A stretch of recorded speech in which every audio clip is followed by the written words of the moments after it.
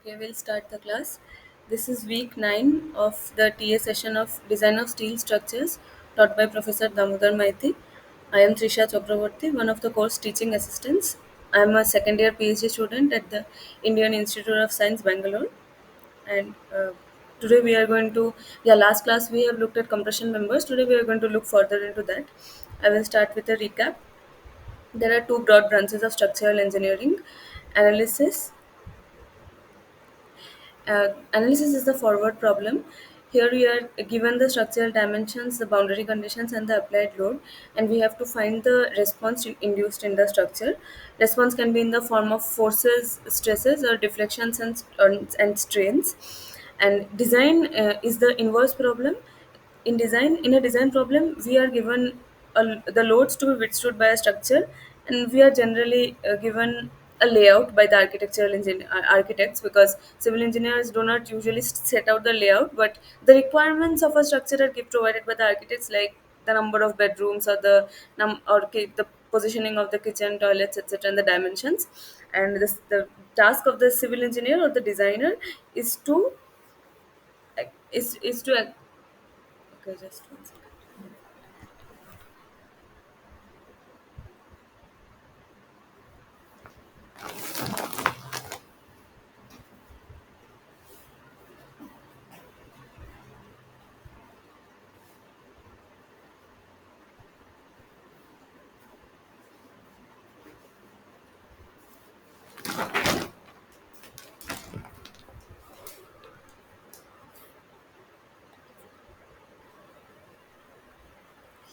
And the task of the designer or the civil engineer is to assume some loading on the structure, and assume some deflection criteria as well, all of both of which we get from the design codes. And then we have to find the optimum size of the structural elements, their connectivity, and we have to set up the entire structure. And these codes, there are the Indian standard codes. For concrete design we use the IS 456. For steel design we use IS 200, IS 800, which we have referred several times in this course. uh, Now we have looked at concrete design of concrete structures earlier. Generally the course on RCC is taken before the design of steel structures. uh, then concrete is the most versatile material for construction. Then why do we use steel at all? There are several factors for that. Steel is much stronger than the conventional concrete, especially in tension. Tension, concrete is assumed to have almost no strength. And even in concrete structures, we give steel reinforcement so that the tension can be taken by the steel. And concrete is decent at compression, but still, even the compressive strength of steel is also larger than that of concrete. Steel also has a very high strength to weight ratio. So that means to generate the same amount of strength, a steel structure will have lesser weight. They are lightweight, so there are several applications of that. And steel is also ductile compared to concrete. Ductility is a very important factor in a structural material, because that means that ductility means that the material allows for a large amount of deformation before it actually fails, or the before the fracture point there is a large amount of strain that is allowed. This means that the structure before failing gives warning time, which is very important. In case there is about to be a collapse, warning time is very invaluable to save life and property. However, steel is much costlier than concrete, so still around us we will see more concrete structures than steel structures. And sometimes we do see mixed structures as well that have concrete and steel. RCC concrete structures always have steel inside the concrete as reinforcements, but some mixed structures have concrete and steel explicitly. Why do we need design? The components individually and the entire structure should withstand the load throughout its lifespan, satisfying the serviceability criteria. The withstanding load is related to the ultimate or the collapse criteria, and the serviceability criteria has to do with the deflections. To properly design a structure, we have to strike a balance between the cost and the safety. So we have to ensure it is economical to construct without compromising safety. So there is a we cannot make it as safe as is possible, because then it will become very uneconomical. But we cannot also compromise safety. So there are certain safety standards that are set country wise or region wise by the codes, and that we have to conform with. And to reach this optimum design is called cost effective design. And for that we have to have a detailed procedure, detailed knowledge about all the procedures that we have that we can avail. Next, we look at the mechanical properties of steel. Physical properties of structural steel, as shown in this clause of IS 800, the Indian Standard Code for Steel Design, irrespective of its grade, can be taken as some five of them are fixed at these values, constants. The density is 7850 kg per meter cube. The modulus of elasticity is, or the Young's modulus is 2 into 10 to the power 5 Newton per millimeter square. The Poisson's ratio is zero point 0.3. Modulus of rigidity is this, and the coefficient of thermal expansion alpha is also fixed. And this coefficient of thermal expansion is important in case of steel, not so much in concrete, because in steel it is an actual problem because it is quite high. In concrete, the thermal expansion coefficient is much lesser, so it is generally not taken into account. And especially during the design of fire, like fire is also a possible, not a load, but it is a possible hazard. So when we are designing structures, we also take into account some fire resistant criteria, and in that especially this is very important, this coefficient. And the principal mechanical properties of structural steel that define its grade are the yield stress Fy and the ultimate stress Fu, and which are obtained from the stress strain or the elasticity curve of the material, of the steel material.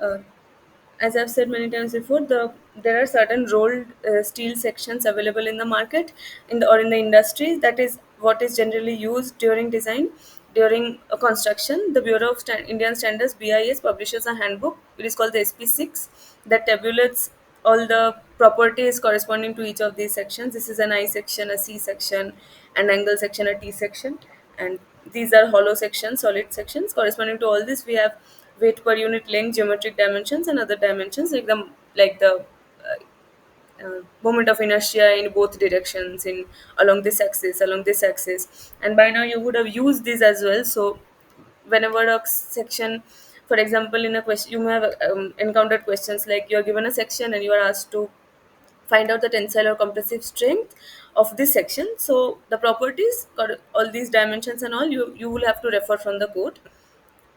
This is the stress strain curve. It is obtained. This curve is obtained by applying a tensile test on a cylindrical specimen. The load is increased progressively, and the stress, we get the stress corresponding to that, give uh, assuming P by A. And again, A, we are taking A as this area, the original area of the cylinder, not this smaller area, because when we are pulling and when we are applying a tensile force and the specimen is deforming, the cross sectional area is actually marginally changing, but we are not considering that in calculating stress. And this is called geometrically linear, like, assumption. That geometric linearity means that we are not that under during the process of loading, whatever geometric changes might come in the structure, we are not going to account for them.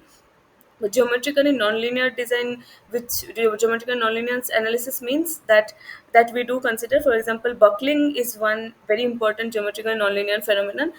What happens in buckling is that when a compression is applied on a bar and it buckles, the deflection of each point is what actually leads to the stress. If we don't take that deformation, that lateral deformation, then no buckling stress is going to be generated. So buckling cannot be studied if we assume this geometrical linear property. So anyway, and the strain is measured by some instruments like strain gauges, and that is how we plot this. The A is the limit of proportionality up to which the curve is linear, and this slope, this stress by strain slope, is the Young's modulus in this linear zone. After that, we can see that the slope changes. So the Young's modulus is the slope of this initial part. B is the elastic limit. It is a limiting point for the condition that the material behaves elastically, but Hooke's law does not apply. Hooke's law means the linear relationship between stress and strain, or stress is proportional to strain. For most practical purposes, the elastic limit can be assumed to be both these A and B points can be assumed to be the same, and behaving elastically means that when the stress is removed completely, the strain is also completely gone. So the the specimen is restored to its original dimensions. Then beyond elastic limit, there will be some permanent deformation or permanent set when the load is removed. C and D are the upper yield point and the lower yield point, points after which the strain increases without correspondingly high increase in load or stress, which is very visible here. there is a distinct change in the slope of this curve, though it is varying up to C or C and D. C and D are generally taken to be the same point. The slope is very high. It is a very steep curve. After that, it becomes a gentle curve. So that means that to generate a small amount of stress, a small amount of resistance, a large amount of strain is under the specimen is undergoing a large amount of strain, and this is where the property ductility comes from. That the before fracture happens, steel allows a lot of strain. In unlike this, in concrete behaves much more brittle than steel. So the curve will end somewhere like here. It will once it has reached the ultimate stress, it will break quickly rather than going on or flowing for such a long time, and long time no for a large amount of strain. And this flowing behavior is called plastic behavior. So this is partially plastic. E is the ultimate, the point of the ultimate or maximum tensile stress. This is the point when necking starts. Necking means that there is a substantial decrease in the cross sectional area. Like this part has necked. So this is called necking. And F is a fracture point where the material actually breaks. And Fy is the stress corresponding to C and D, and Fu is the stress corresponding to this point E. Uh,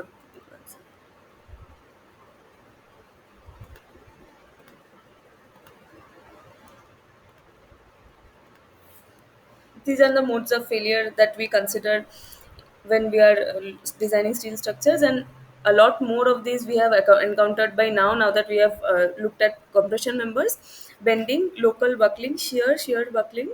And all this buckling phenomenon come only under compression. Tension never gives rise to buckling. Web crushing and buckling is a special kind in those section like I section, channel section. Lateral torsional buckling and deflection. The first six are related to the ultimate or the collapse limit state, and deflection is related to the serviceability limit state. Design philosophies, we have talked about working stress design and limit state method. Limit state method is what is used in the codes these days. So mostly all the criteria that we have seen so far are based on the limit state method. And the basic concept of limit state design is that the design action should be less than the design strength. The design action is obtained by multiplying the working load by a factor, and the design strength is obtained by dividing the strength by a factor. Connections, the first topic that we saw in the first few weeks, were connections. They are integral part of any steel structures that have a major role in overall integrity.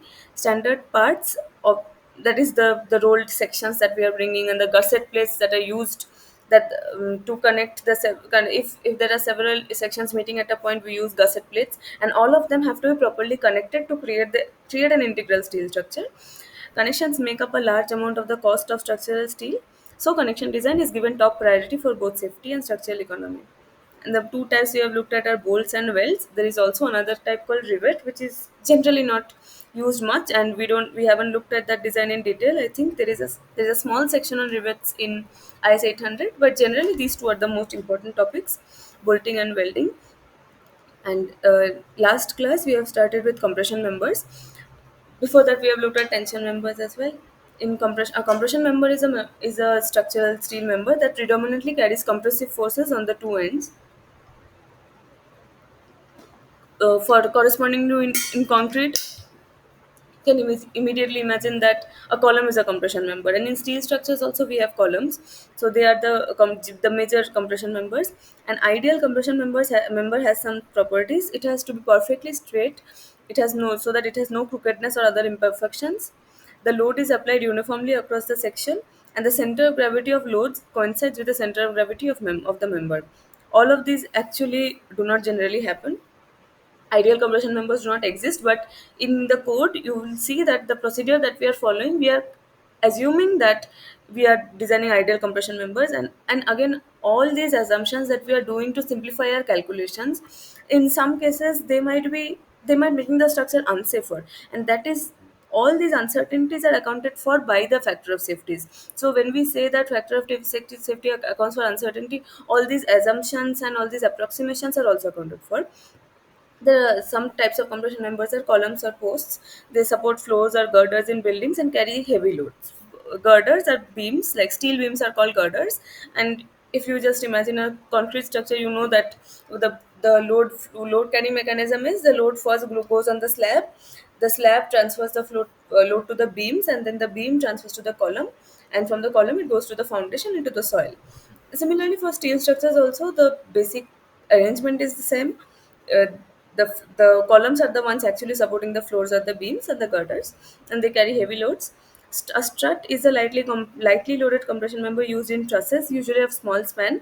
They are, you would have seen that in, if you have seen steel truss bridges like the Howrah Bridge, there are you can identify which ones are the struts. Not without, like, you can like make a general guess about which ones are the compression members. And when we solve a truss, what do? We solve the force or the stress in every member, and we get them as tension or compression, because a truss is a two force member. It can either be either compression or tension. So if it is a tension member, that if it is under tension, we have to design it using the criteria that we studied for tension members. And compression members is this a strut. And what and how we get which what is the load coming on every member, whether it is tension or compression, that part is the analysis part. So that is why analysis comes first and then design. So when we are designing, what we have is the overall loads coming on the structure. We don't actually get the loads coming on the individual structures. So we make an assumption about the sections we are taking, their arrangement, their connectivity. Then we do a structural analysis. We take the overall loads, we take an arrangement, and then we find out the individual loads coming on each of my members, be it my connection members or my actual members, like the load carrying members.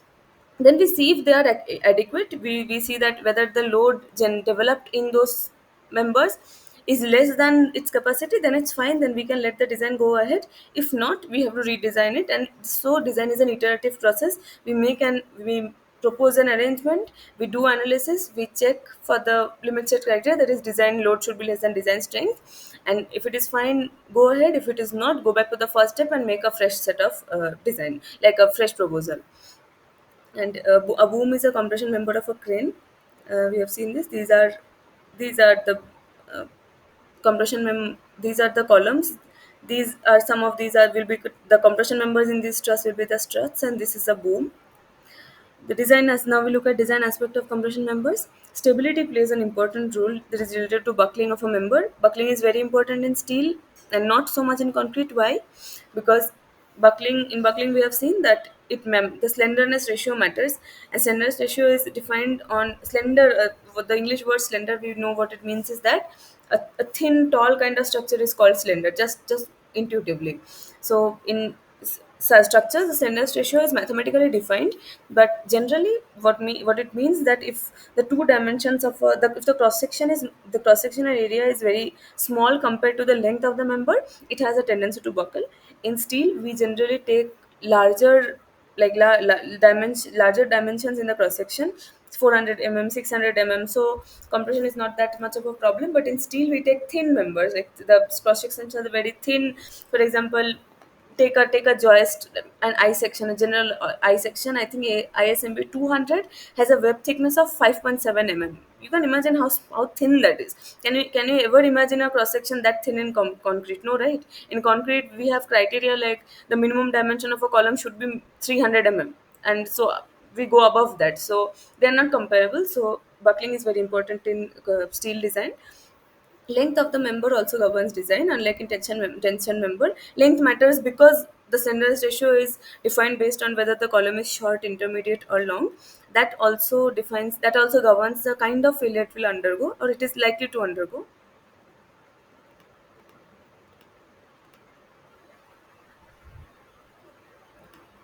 We can generally not predict the exact modes of failure before the failure has occurred, but we can make some predictions. Like a long column fails due to elastic buckling, and stress in the column will not exceed the proportional limit and is much lower than this limit. So the compressive strength stress is not an issue here. Buckling is the main issue in long columns.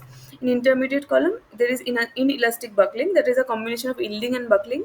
And flexural rigidity, EI, changes continuously. That is what geometrical nonlinearity comes in. Extreme fiber reaches the yield point, while stress in all other fibers remain elastic. And short columns generally fail due to yielding or crushing. That means the compressive strength is what the governing criteria becomes. There's axial shortening of column, till it gets crushed. You can imagine that if the column is not buckling, it's a short member. You cannot imagine a very short member to be buckling, right? So that generally the crushing, the compression is the main issue. If it is a tall slender member, the buckling is the major issue. Effective length, compression member on buckling deflects in a curve of shape depending on the type of end conditions of the column. In each compression member, there is a part which which deflects as if the ends are hinged or pin jointed. Now, this is how a pin jointed column behaves. So suppose there is a fixed condition like this. There is fixed here, and there is a fixity. Where is it?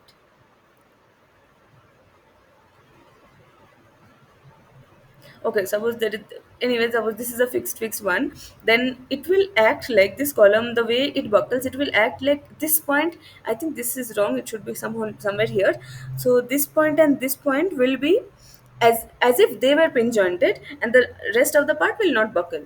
So that is where the effective length comes in. Effective length is what is it's an empirical formula. Basically, it is how the column would have buckled had it been pin jointed on both ends, like the length of that column. It is a like an imagination kind of thing.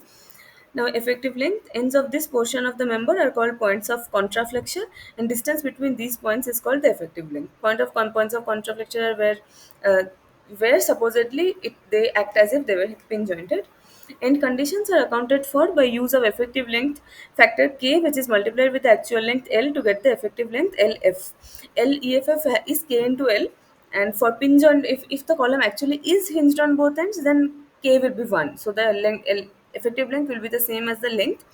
Otherwise, there will be some other factors that the it depends on the amount of rotational restraint available at the ends of the compressional member, and the resistance of the restraint available to lateral movement at the ends of the compression member. This is a cantilever beam. It is fixed in one end and free at the other end.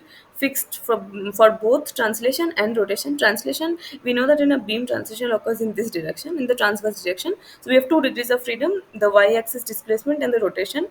A fixed end is where both these are fixed, and a free end is both these are free. There, the effective length K is 2L. So the factor K is 2 here. Now we are considering a condition here, an end condition on the left side where the rotation is fixed, like the is like the rotation is fixed. So there can be no rotation, like that. This support takes a certain provides a certain resistive moment, but it allows lateral movement freely. And this is a hinge, so it allows rotation, and it allows rotation, but it doesn't allow translation. That is also 2L. So there are certain combinations. This is a free hinged, and there is this one is fixed, and this one is that where rotation is not allowed, but translation is allowed. This is a this is another kind of like the here both are free, but both are fixed. Here the rotation is free, but the translation is not allowed, and so on. And these are some effective length of struts. Just for the sake of study, you are not expected to remember any of these except the really general ones, like cantilever beam is 2L, pin jointed is 1L, fix is 0.65L. Just a few that you will remember by default if you solve a few problems. Slenderness, the definition of the slenderness ratio mathematically. For the same area of cross section, as the length of column increases, the tendency of the column to buckle increases and its load carrying capacity decreases. Because buckling is an unfavorable phenomenon. If it buckles, my column fails even before it has reached its compressive strength. So I have to put a bar on the compressive strength that is before its actual compressive strength. This tendency of a column to buckle is measured in terms of its slenderness ratio, lambda, which is defined as the ratio of effective length of the member to its appropriate radius of gyration. Slenderness ratio lambda is I by R. L by R. L is L effective by R, and R is the least radius of gyration when the column has equal unbraced lengths in both the axes with similar end conditions about both the axes for a particular column section. And this, how do we get this R? Is it is the R min is the I min by A. I min is the minimum moment of inertia of my section. And where do I get this I from? I get it from SP6, my sectional handbook, where corresponding to each section I have an I have two moment of inertia provided, Ixx and Iyy, or I think they write Iyy and Izz. We have to take the minimum one, and the cross sectional area is also provided in the handbook. So we will divide this, take the root, we'll get a minimum radius of gyration in millimeters or in centimeters. I think in that code they use everything in centimeters. Whatever we get it in the unit of length, and this KL, K is a dimensionless quantity, and L is a length. So this quantity is dimensionless. Standard ratio is just a dimensionless ratio. We can find this, and this affects the this. Once we have found out this slenderness ratio, we have some relationships with the kind of section we have and the slenderness ratio to see how we will modify the allowable compressive strength. And on top of that, we have to apply a factor of safety. Don't like confuse these two factors. Whether one factor will account for buckling, the risk of buckling, that will be related to the slenderness ratio and the type of the section we are using, the type of cross section, the shape, the geometrical dimensions, and so on. And then another factor will be the partial safety factor is like, or will always be applied since it is limit state design. Sentence ratio of a column should be kept as small as possible. From economic point of view, for the same cross-sectional area, the moment of inertia is the maximum when the material is farthest away from the centroid of the section. You know that from class 11, 12 physics, we know that moment of inertia is area into radius into that distance square. So thus the section gets thinner as the length of the column increases, and ultimately local buckling puts a check on the column size. Puts a check means that, see, when we are looking at pure compression, length does not matter. When I'm checking the tensile stress developed in a member, or the compressive strength stress developed in a structure, does length matter? It doesn't, right? We just divide the force by the cross sectional area. So technically, while we were designing tension members, nowhere did we find that the length should be this. We were always concerned about design about the cross sectional area dimensions. But what happens here is, since the slenderness ratio depends on the length, that's why, and the slenderness ratio modifies the compressive strength or the apparent allowable compressive strength. So there is a maximum amount, there is a limit now placed on the length as well. Lateral support in a column decreases the unsupported length, and thus permitting the use of smaller sections for the same axial load. It kind of breaks the effective length. Sometimes two slenderness ratio in the two different directions are defined as I said, here we took R min. If we took RZZ and RYY, we would end up with two different slenderness ratios because we have two radius of gyration.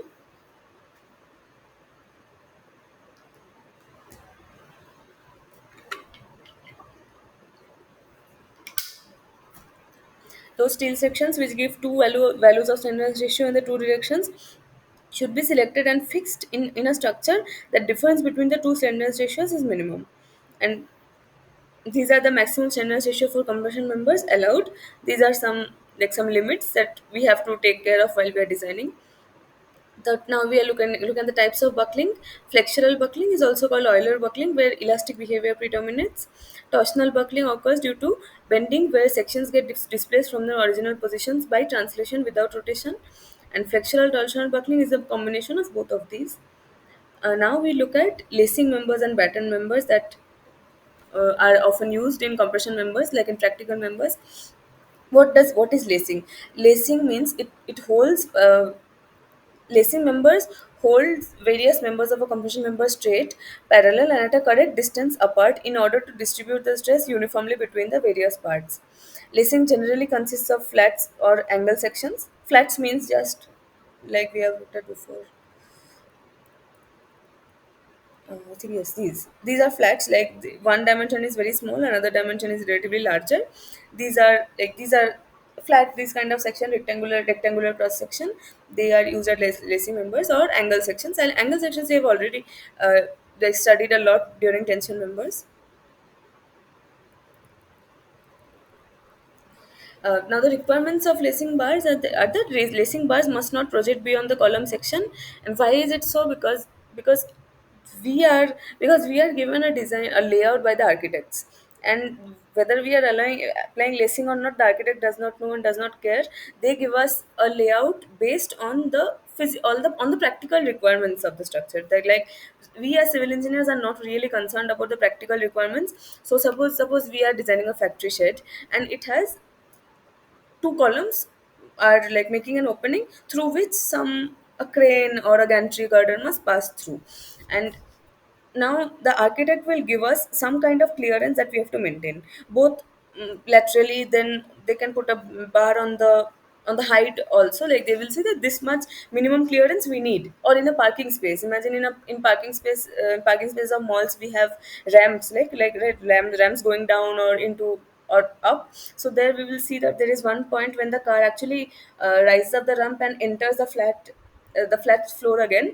There is an area where the ceiling comes really close to that part, because the ramp is coming like this, the ceiling is coming, and then the ceiling also has to straighten up. So that minimum clearance that the ramp and or that changeover must have, all these are defined by the architects, and that the civil engineers have to comply with. Because if that is defeated, if the ceiling is brought so low that suppose we bring down the floor to floor height, that the ceiling comes low and a car or a truck cannot pass by, then it defeats the purpose of designing the structure. So we have to comply with those. And that is what this, like these lacing bars must not project beyond the column section. It arises from that the columns have been placed such that we cannot move them beyond, because there it might be clashing with some other requirement. So the lacing bars must also not project beyond the column section. There are two types: single lacing system and double lacing system. Generally, single lacing system is quite sufficient for transverse force for which lacing is designed, but double lacing systems are safer. So though they are uneconomical, they are sometimes preferred. This is a lacing system. This is inclined member. So this is my column. This is my column, and these are my lacing members.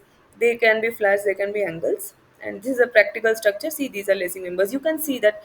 Suppose you are out on the road. You can look at us. You can look at hoardings where that display advertisements. They are generally this hoardings are generally mounted on steel structures. You will definitely see these, or in over, like in over bridges to cross a busy road, or in a station you will have seen these kind of structures. So there will be lacing members in practicality. To understand steel structures, the best part is actually to go to an overbridge and observe. You will see so many things there, like you will see the angle sections, the T sections. You will clearly see that there are I sections or T sections used here. Then you will see the gusset plates, you will see the bolting or the welding by your eyes. So you can, it actually helps a lot in visualizing whatever we are doing. These are the types. This is single flat lacing. They are not intersecting. See, okay, now the lacing bars also have to be connected to the column, and this connection design is also a design. Okay, like this connect, wherever there are connections in a steel structure, the connection has to be applied after a design procedure has been followed. Now here what is happening is, these members, the consecutive lacing members, are not overlapping. You have to bolt them separately to the column. This is the column section, but this is single flat lacing intersecting. So these these two lacing plates, these to this zone and the column are bolted together. This is a single flat non-mirror image. This is like a different kind of lacing. This is not recommended. This is double. In double it happens is like these, one way it goes zigzag like this, and another mirror image it goes zigzag like this, and here it intersects and here it does not intersect. And these are battens we are also going to look at later, in a while. Now battens are the horizontal members. So here they are not intersecting, and they are not recommended. Now the requirements for laced columns: the radius of gyration of the column cross section about an axis normal to the plane of lacing shall not be less than the radius of gyration about an axis parallel to the plane of the lacing.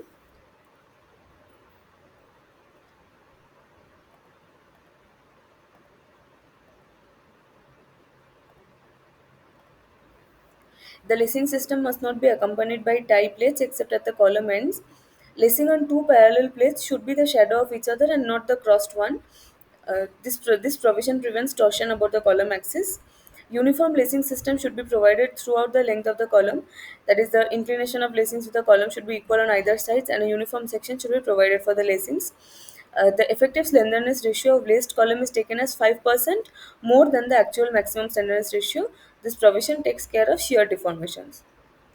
As stated, lacings are designed for a transverse shear equal to 2.5% of the axial load. But if bending moment is also there on the column, then additional shear has to be considered. All these are theoretical considerations. They are see, they mostly come into the question when some of these factors come into the question during detailing. Detailing means, see, the first process of a structural engineer is design, and the second process is detailing. That is the arrangement and stuff. For example, in concrete detailing, an important part of detailing was the, I think, the development length. Like we are seeing that suppose in a simply supported beam, under bending, under flexure, we know that at the ends, at the two supports, there will be no bending. So we don't technically need to give steel reinforcements there, and we get some reinforcement, some requirements along in every cross section. But we cannot just cut off the reinforcement abruptly wherever the requirement ends. To develop a proper integrity, we calculate a development length and carry on the steel reinforcement for an additional length, more than what we actually require due to design. So detailing is also a very important part, and detailing has, I forget the name of the code, but there is an important, I think, SP34. SP34 is a detailing code for concrete design. I don't remember the steel one, but these are also very important, like the inclination of the lacing bar, the and then they should not be accompanied by tie plates etc at the column ends. All these are detailings. I don't think it is very important for this course, but just for the sake of study, this is the design procedure of a laced column. Now step one, design compressive stress is assumed. Okay, I'll go into this later. I'll first just look at batten plates once. Batten plates are plates or any other roll sections used to connect main components of the compression member. They are placed opposite to each other on the two parallel faces and must be spaced and proportioned uniformly. So, see here, these there are some horizontal ones. There are batten plates here, and see, the column section is a three-dimensional thing, right? So this is the column. It has a dimension into the plane. So there is one batten plate here and one batten plate on the other side that we can't see. So it's like the columns are like this. There has to be one batten plate here, one here. So both of them have to be like facing each other. So they are placed opposite to each other on the two parallel faces and must be spaced and proportion uniformly. The number of battens should be such that compression member is divided into at least three bays within its actual length. Three bays means this is one bay, this is another bay, this is another bay. So there must be four batten plates minimum. And the strength of battened column is similar to laced columns, but battens are economically not viable, so they are not used much. Lacings are more commonly used. There are some types like end batten and intermediate batten. You can see that these are the end battens, this and this, and the middle ones are the intermediate ones. And this is a combination of lacing and batten. So these are the horizontal ones are the batten plates, the inclined ones are the lacing. So this can also, this is like, there could be several patterns, like this could be like this, there could be double lacing and so on. And this is a diagram. This is an interim, this, suppose this is the top of the column, this is an end button, and again, see, this is my column, and this is my column. This is a cross sectional area will be seen from that end. So if you see from this side, you will see the cross sectional area. This is the length, and the batten has to be bolted or welded to my column. So these are the bolting. This is my end button. This is an intermediate button. It will go on like this till it reaches the bottom of the column, when we'll get another end button. Okay, are there any questions so far?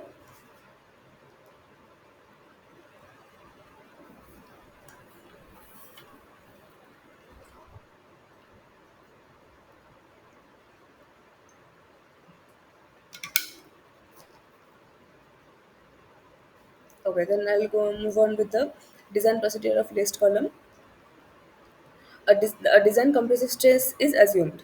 Why is this assumption coming into question again? Because see, for steel, suppose that I know that I'm going to use Fe 410 that has compressive strength or tensile strength that has yield strength of 250 MPa, but I know that in a compression member, this 250 MPa is not going to be the actual strength, because there will be some kind of deduction due to the tenderness ratio. So a trial design stress can be assumed as 125 to 175 MPa. This is purely based on the discretion of the designer and also on the experience of the designer. For others type of steel, this design compressive stress range may be suitably modified. Then the cross-sectional area required to carry the factored compressive load PU at the assumed design compressive stress is calculated as the load divided by the assumed design compressive stress. So we will get an area, a required cross-sectional area. After having the cross-sectional area required, a suitable section is chosen. So we have to see that whatever section I'm taking, these are built up sections, okay, consisting of two channels or four angles or two eye sections. All these are built up sections, and the combined area of whatever sections I'm choosing should add up and be just more than my area required. It should always be more than that. The area that I'm proposing cannot be less than the area I've assumed.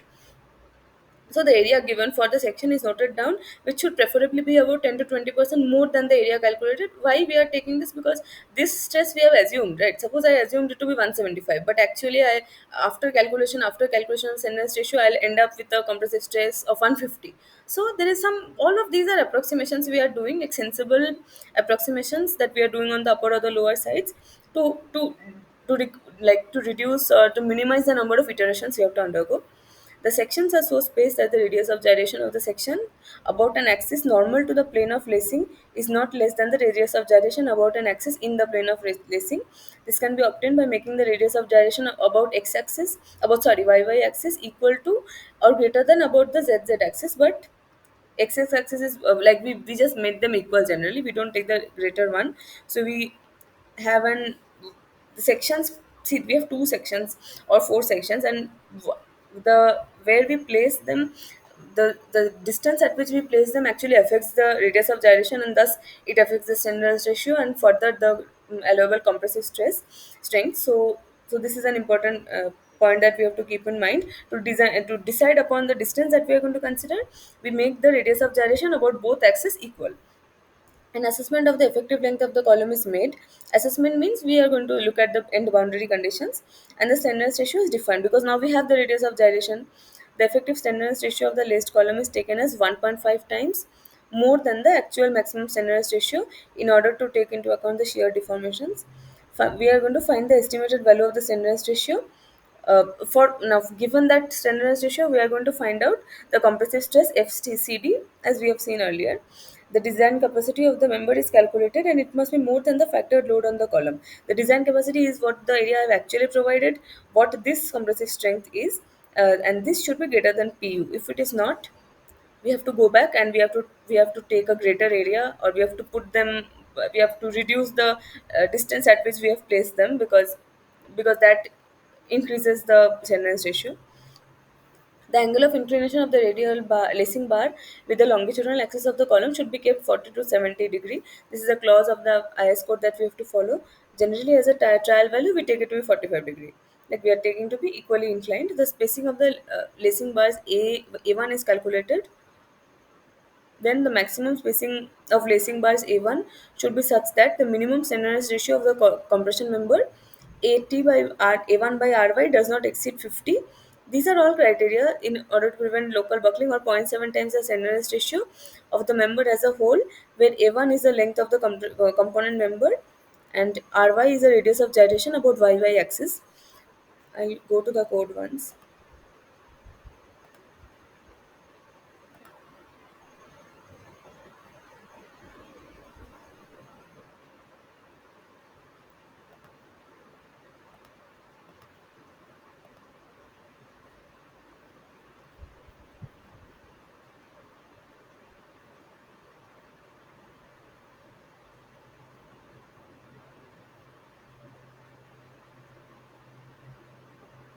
So all of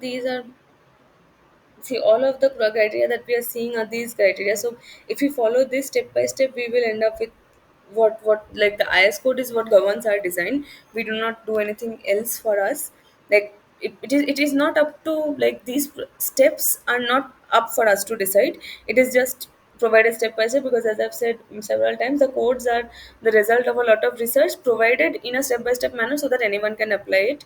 All of these 40 to 70 degree, all of these are mentioned here. This is the spacing. Then this is the design of lacings, where the lacing shall be proportional to resist a total transverse shear. equal to 2.5% of the axial force in the member. Axial force is a compressive force and it shall be divided equally among all transverse lacing systems in parallel planes. So this is the spacing criteria. This is the shear design. Then the compressive force of the lacing bar is calculated as Vt by n cosec theta for single lacing system. This is by geometry. The lacing bars are so proportional that they will not yield or buckle under the effect of transverse shear. So the width, thickness are these are the clauses of IS 800. It says that it recommends that the minimum width of the flat must not be less than three times the nominal diameter of the end connector. The thickness, about the thickness, it says that the thickness T of the lacing flat should not be less than 1/60th of the effective length as per all these clauses, and the minimum radius of gyration of the lacing flat is computed as this, corresponding to its thickness. And in this, the step 14, the slenderness ratio of the lacing bar should be less than 145. And then for the calculated value of the slenderness ratio, the design compressive strength of the lacing bar is computed, which must be more than the force in the lacing bar. This design compressive strength, again, we know how to calculate that for different cross-sectional areas. Depending on what cross-sectional area we have taken for the lacing bar, maybe a flat, maybe an angle, we have to calculate that FCD, and that strength should exceed what is going to develop in the lacing bar. The tensile strength of the lacing bar is computed and it must be more than the force in the lacing bar. And there are criteria again for bolted or welded connections. In bolted connection, the strength of the bolt is computed and it must be more than the load coming on the bolt. So this is the connection design of the lacing bar, that is also part of the overall design, and this is for the welding. In order to prevent the distortion of column section at column ends, tie plates or battens are provided at the ends of the lacing system, and these must be able to resist the forces to which the lacing bar is subjected. I'll look at the design procedure of battens as well. So, compression member composed of two main components. Batten should preferably have the individual members of the same cross section and symmetrically disposed about their major axis. Where practical, the compression members should have a radius of gyration about the axis perpendicular to the plane of the batten and not less than the radius of gyration about the axis parallel to the plane of the batten. Here again, we make the RYY and RZZ equal. This is the effective slenderness ratio that we assume for batten column, 1.1 into KL by R, to account for shear deformations. Again, the steps are kind of similar for batten plates, but there are some other criteria, some considerations, like the effective depth of the batten plate has something to do with the edge distance. So the effective uh, the effective depth of end batten must not be less than the distance between the CGs of the component members and must be greater than twice the width of one component member. The effective depth of intermediate batten is taken as 75% of the depth of end batten and must be more than twice the width of the component member. These are given in the clauses of IS 800.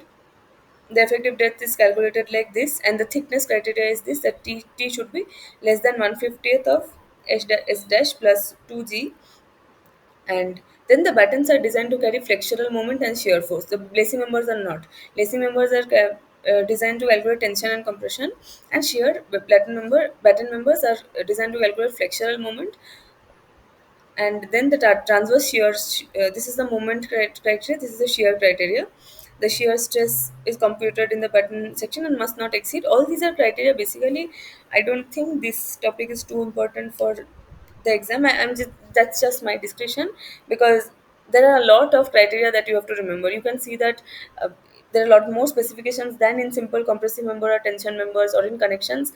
The criteria you can actually just remember and say off the top of your head, but here there are so many criteria, so many small criteria of the thickness, of the depth, of the inclination, and so many factors that we are going to multiply to account for certain things, that this is more important for practical applications, that when you are actually you go into the industry and you are designing a lacing plate or a batten member, you can just go back, consult the code, and do it step by step. For this exam, I don't know if it's that important, but it should be enough to. Okay, this is the this is the moment consideration. For the exam, it should be enough to do the, I think, one or two questions that sir would have done in the class, and there is not much to understand here. It is just a step by step calculation procedure for both of these. Okay, so we come to the end of this class. Next class, I think the topic is okay, design of laterally unsupported beam, laterally supported beams and unsupported beams. We have not so far looked at beams. We have looked at tension members and compression members separately, not as beams or columns. So next three classes are about the beams and column designs. So okay, are there any Yes, ma'am. questions? Yes. Yes. So in the lacing, uh, for the lacing member, after the fixing of the sizes and all, in one step we will be calculating the FCD value of the lacing member. So there we will be considering buckling class of the flat plate. So how should we consider the buckling class for a flat plate? We Um, have table 10 which gives for the different shapes, but there is no for nothing for flat plate. See, this is given here. So flat plate is considered like solid section. Yes, yes. A flat plate is a solid section. So C, it will be buckling Okay. class C. Acha. Because Okay. this is a flat plate is just a solid section. It is just a solid section with a rectangular cross section, which has generally like unlike in columns, the two dimensions are kind of comparable. In a flat plate, one dimension is very small, another is larger. So you can take it to be Huh. C. Okay. Yeah, actually in class it's considered C, but I was little thought like solid sections matlab definitely the two-dimensional one. So in that way I thought. See, this is a two-dimensional one only. A flat plate is But a two. but flat plate is that's what you're describing. Flat plate, flat matlab the second dimension is not that considered. When cross section, I'm saying cross sectionally Yeah. not second dimension. Yes, yes, yes. One cross section is small, but it is still a solid section. It is a 2D cross section, like it is. It will be something like this, and like this Hmm. dimension will be much smaller, so it will be something like this. Uh, okay. Okay, in that one, and in the battens, I mean, lacing it is simple like have the transverse load, which is 2.5% of the total factor load, Yes. and that one is like resolved into some angle, whatever lacings are provided. That is fine. But in the battens, we have something called transverse loading and then longitudinal forces. So, Yes. what are these? How they are formed? How it is different from? I mean, why externally some extra this longitudinal load has come? Which part do you mean? This is a transverse shear coming. You can understand why shear force will come, right? Yes, kind of that longitudinal shear. Yes. This is a flexural moment, and we are just taking two criteria, right? The flexural moment and the shear. Huh. I mean that shear is calculated from the longitudinal shear is calculated from the transverse shear. Yes, yes. Okay, so the transverse shear. Okay, okay. The transition.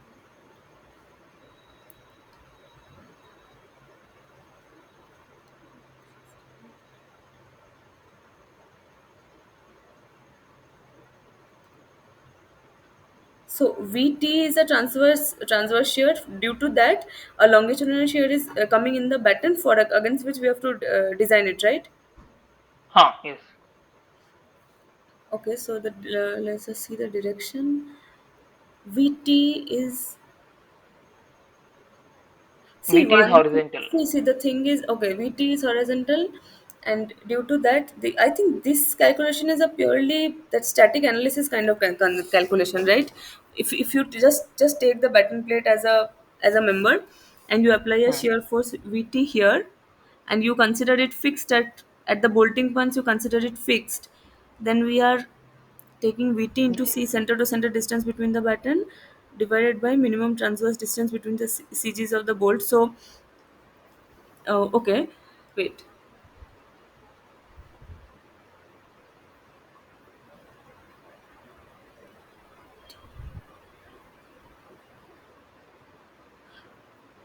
Oh, so you know that suppose I have I have a beam, a simply Hmm. supported beam, and I apply a moment M on both ends. Like on both ends, of course. If I apply M on one end, then tell me what. Suppose the length is L, then tell me what should be the shear force developed at the two ends. Uh, for the uh, simply supported, we will get m by length value. exactly. And it will be a couple. If the moment is Hmm. like there will be a couple, one end will have a shear upwards, one end will have shear Upwards. downwards, Huh. Yes. right? So that is what Hmm. is happening, is that this vt, this transverse shear, is giving rise to a moment. That moment is vt here and vt here. We know that if a force, like this is a couple, the lever arm is c, so vt into c is the moment that is getting, that is generated here. Okay, so take to as so Okay. assume vt into c as the moment, and Hmm, then we hmm, are hmm, hmm. splitting it into this end and this end. So this end with the connections and this end with the connections are getting this kind of couple shear forces. Understand that? Okay. Hmm, hmm, hmm, hmm. And 2 and ns is the lever arm here, because ns is, see, c is this lever arm, and ns sorry, c is actually not the lever arm. C is actually the, like the to get the moment, we multiply this force by this, by its distance from the point of fixity. So this is the moment I'm getting v2 into c. Then I'm dividing it by the distance between the two, between the two sets of connections, to get one shear force like this, one shear force like this. Can you like go through that again? Okay, wait.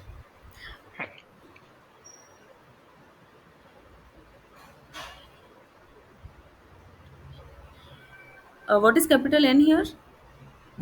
Number of faces, like kind of thing. Okay, wait to make it.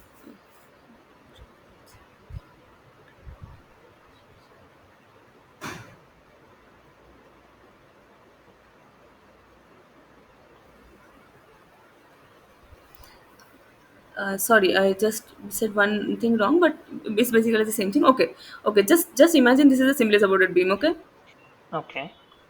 then imagine I am applying a moment on this. What I said, Okay. and imagine I'm supplying the moment, like I have this beam. I But in our condition, moment is not applied. Moment is like generated one, right? Yes, but whether a moment is applied or a moment is a generated one, the moment is ultimately the Vt into C. Vt into C. The distance of this is my Cg. You, Hmm. this is my moment. This is my shear force at a distance of C. So the moment generated here is Vt into C. Wait, I'll show you a diagram. Wait.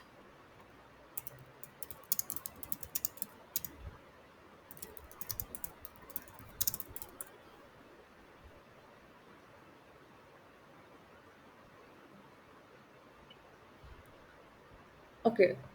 I just don't remember what this thing is called, but you must have seen this kind of questions in your structure analysis courses, right? That you have a rod or something like this attached. You apply a force. Like this is not a tensile force. We apply a force with an offset from the beam. Hmm. So what happened? Can you see the screen? Can you see this diagram? Yes, yes, I can see. So what effectively happens is that you are applying a force here. So what effectively happens is when you transfer, like when you move this force to this beam, what happens is a force of magnitude f comes in this direction, and a moment f into d also comes on the beam. Okay. Hmm, hmm, That is hmm. what is happening here. Here here just consider this is a beam. This Hmm. shear force is coming. This shear force, you cannot just transfer it here because it is at an offset. It is not the same as applying vt at this point only. So vt into c is a moment that is developing in this button, and that is under, that is, and this bolt and this bolts are my fixed connections. So they are developing as, just like you said, that moment divided by the length of the beam is what is a shear force, the shear force couple that is coming here, one in this direction, one in this direction. It is this vb here is vt into c, that is my moment, divided by s, and it as a couple, this moment vt into c is developed in the clockwise direction. So my vb couple is developed in the anti-clockwise direction to resist it. Do Okay. you get it? Hmm, hmm, hmm. Yes, this is little reasonable, I feel. Yes, understood that part. And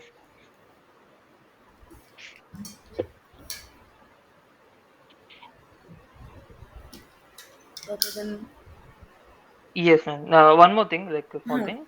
Hmm. Uh, in one of the lecture, so we got for the battens, I guess, for the battens, they're doing it. Oh, sorry, splices. Splices for the column.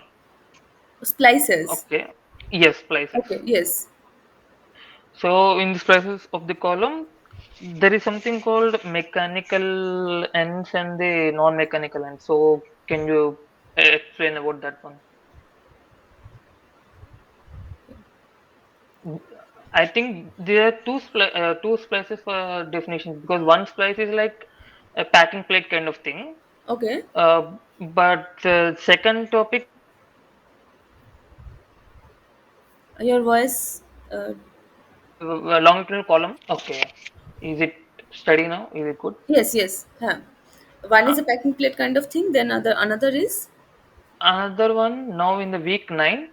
Hmm. It was like same kind of thing, but vertically. Like for a column, I mean, longitudinal column will not be getting for a high longer story, tall structures will not be getting complete length, right? We will be having sections of the columns.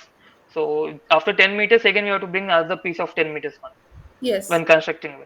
So connecting these vertical members, we will be adding splices. Yes. Yes. So about this, the topic is going on week 9, Okay. and there. Can you So show here me? for that, Yes. I can share the PPT if Yes. that is fine. I'll stop sharing. Hmm.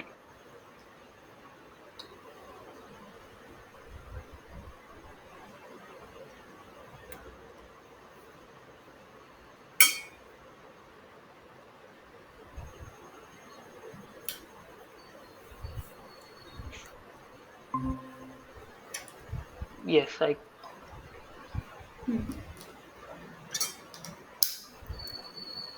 So this is the splice thing. This Yes. is the longitudinal member, Hmm. and the splice here, and the splice in the web direction on the flanges and web. Yes. So, what is your question? Huh. Okay, then the question is like, one second, ma'am. Hmm. Huh. Okay, I'll go to the this is a question in the problem, so I'll go to that problem. Hmm. Oh, 49. Ah, sorry. Firstly, I have to ask this one also. Like in splice. Uh,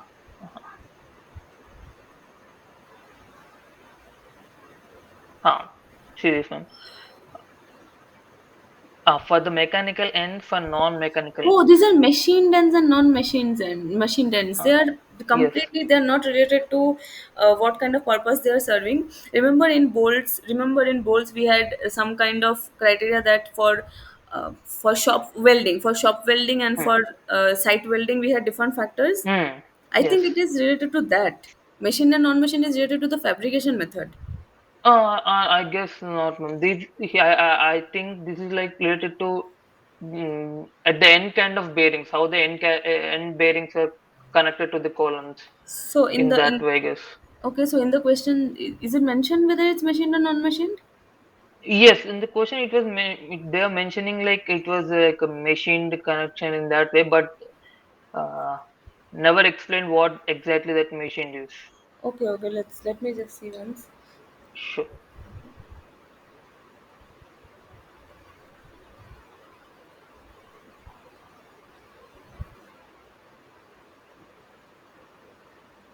And if it is not mentioned in the question, sir is like assuming Okay, column section what? to be machined. See, I think this is related to. I think this is related to the integrity of the connection that machine for complete bearing. Like generally, if Hmm. anything is welded in the shop, or if it is machined, if it is done that way, we Okay. consider it's safer. So here it is saying that for machine there is complete bearing, and for unmachined there is. I think it is. I think it has to do with the fabrication method. In that case, there is so much of difference in consideration of load. Like half the difference is like if it is like machine, it is like PU by 4, and it is non-machine PU by 2. That means there is no that is true. So for non-machine ends, they are saying that it's said that the complete bearing is not happening. So Hmm. Hmm. so I think it has more to do with like not with whether the fabrication is accurate or not. Rather, it has to do with the fabrication type. Wait, okay, I like just an analogy that is coming to my head is suppose a fixed beam, a Hmm. fixed a fixed beam does not allow rotation at its end. It is completely takes all the moment, and a pin beam completely allows the moment. Now, Huh. if there is something in between that it allows certain amount of moment, and the certain amount of moment it resists, or Okay. for you would have seen Like that. partial movement. Partial moment resisting connections. I Hmm. think that it is something like that, that Okay. bearing is allowed and bearing is not allowed. So the mechanism is the mechanism is becoming different. The amount of force coming into the splice is therefore different. So it is not it is not like shop weld or site welding that has to do with the accuracy, where the both Hmm. in shop weld and site weld, our aim is the same. Our aim, like we are welding with the same purpose of making it completely integrated, but we are assuming that in site we cannot maintain that much accuracy, but in shop or in factories we can make it completely accurate. So have a difference in the factor of safety. But here I think machined end allows complete bearing, unmachined end does not allow complete bearing. So load carrying mechanism changes, the load transfer mechanism changes, and therefore this change comes. So And when you're this should mentioning also be. like complete bearing and non-complete bearing, you mean to say it's like completely contact or in that way, right? Yes, yes, the complete load transfer. Yes, I guess that's what it means. Wait, the kind of design of the load is specific connection due to axial load. Yes, the complete connection has to be there, but there is another thing, that whether the complete load is being transferred or not. Load bearing is a Mhm. load transfer. Bearing is not about contact. Bearing is more about load transfer between like two Hmm. sections. Hmm. So for machine then there is complete load transfer. For my non-machine then there is not complete bearing like transfer. Load transfer. Acha. I'm not Okay. completely sure about this. So this is just what I feel seeing what is there in that slide. But I think this Uh-huh. should be mentioned definitely in the question. But of course, it's not just about solving questions. It's also about understanding what is actually happening. Yes. And have you found this So anywhere in any other book or anywhere? actually, this classes ended like yesterday. So I was just searching in the website, or let me in the Google. I Hmm. didn't find much of the images. I was not able to express it. Like machine, matlab it was giving in some different images. So I have to go through the textbooks or some kind of things. But it was just ended yesterday. Like I was completing this class like on the Monday section. So I was not able to search about much about these things. Okay, okay, fine. So I think, but generally books do not focus much on these because a lot of this is just they will be provided to you. It is machined or unmachined, and you have to follow the steps. That is what is Hmm. design mostly all about. Gotcha. And one more question, ma'am. Like, yes, 48.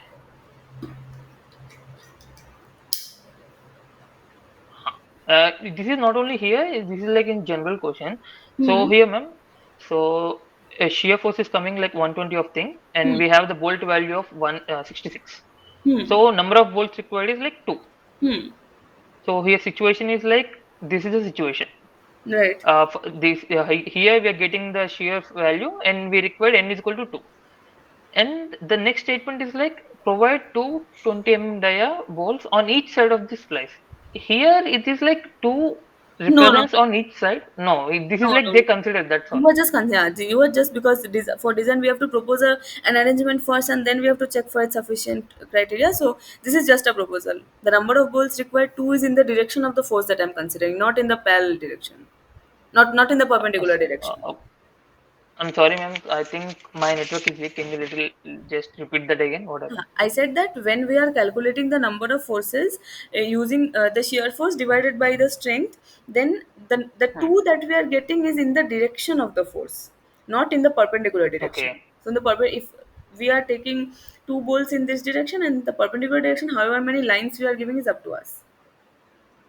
So in this case, like shear, how like should be in the horizontal way. Then two then have to be provided two on each side of the guess. Then No, you could have also provided two, just two, I think, along the central line. Don't put it eccentrically, but on the central line, we could hmm. have just put two instead of two and I two. think And in central line we cannot provide. I mean, oh, you're saying vertical central line. no, I was saying horizontal central line. Horizontal Vertical central vertical. line. So this is like, ma'am, if it's a horizontally central line, you were saying like here and here on this line, right? this Oh, dotted sorry, line. sorry, sorry. Yes, yes, yes. Sorry. Two lines we have to give. Yes, two will minimum we have to give. So I was so you're saying that we That cannot provide in the dotted line, right? You're getting no, my no, point we because can't. it's We like, can't. huh, Along huh, on two sides of the dotted line we have to provide, and this two is what we are calculating here. That two here. huh, huh. So That's we what. have to. Then this is like saying like two on each plate. Then Yes, yes, okay, absolutely yes. okay, right, ma'am. Okay. And one more thing. Yes, here, this one. Design shear strength of splice plate. Hmm. Here, I mean, they are just considering in the general way to see the comparison of applied shear force and the plate capacity, and Yes. they for the shear strength they have considered Fy. I think we should be considering Fu, right? FU, right? For sure, we consider Huh, FU, right? huh. But here it is considered Fy, and yeah, these two. What should this be? Should be Wait, there. let's see. Which clause? Which clause is it? Uh, Wait. Go down. Go down. Clause 8.4. That clause 8.4 oh is what yes. we're written.